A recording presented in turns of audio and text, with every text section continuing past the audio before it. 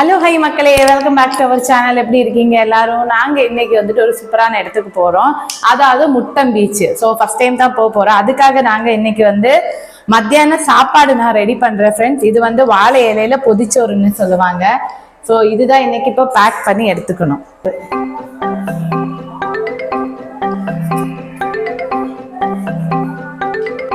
இது வந்து மிக்சியில் நல்லா அரைச்சி எடுத்த கட்டை சம்மந்தி ஃப்ரெண்ட்ஸ். இது சாப்பாடு கூட ரொம்ப டேஸ்டியாக இருக்கும். அப்புறமா கேபேஜ் பொரியல் பண்ணியிருக்கேன். நல்ல ஒரு காம்பினேஷன் தான், சூடு சாதத்தோடு வச்சு சாப்பிட்லாம். முட்டை வந்து வெங்காயம் எல்லாம் போட்டு நல்லா ஆம்லேட்டு, அப்புறம் சங்கரை மீன் வந்து பொரிச்சது வச்சுருக்கேன். இதுதான் நம்மளுடைய இன்னைக்கு பொதிச்சோருடைய ஸ்பெஷல்.